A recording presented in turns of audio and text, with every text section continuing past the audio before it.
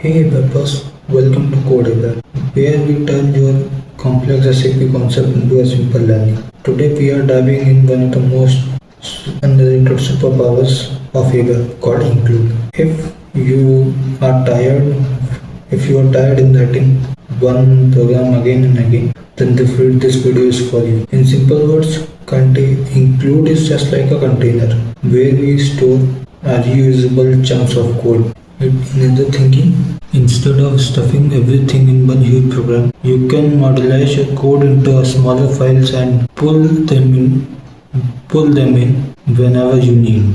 Now let's come to one of the most important question, which is why we use include. We use include because of the below points. The first one is reusability. Right ones use anywhere. And the second one is team collaboration. Means multiple developers can work on same program without conflict. And the third and last one is clean. Separate logic, screens, etc. as well. A pro tip for you.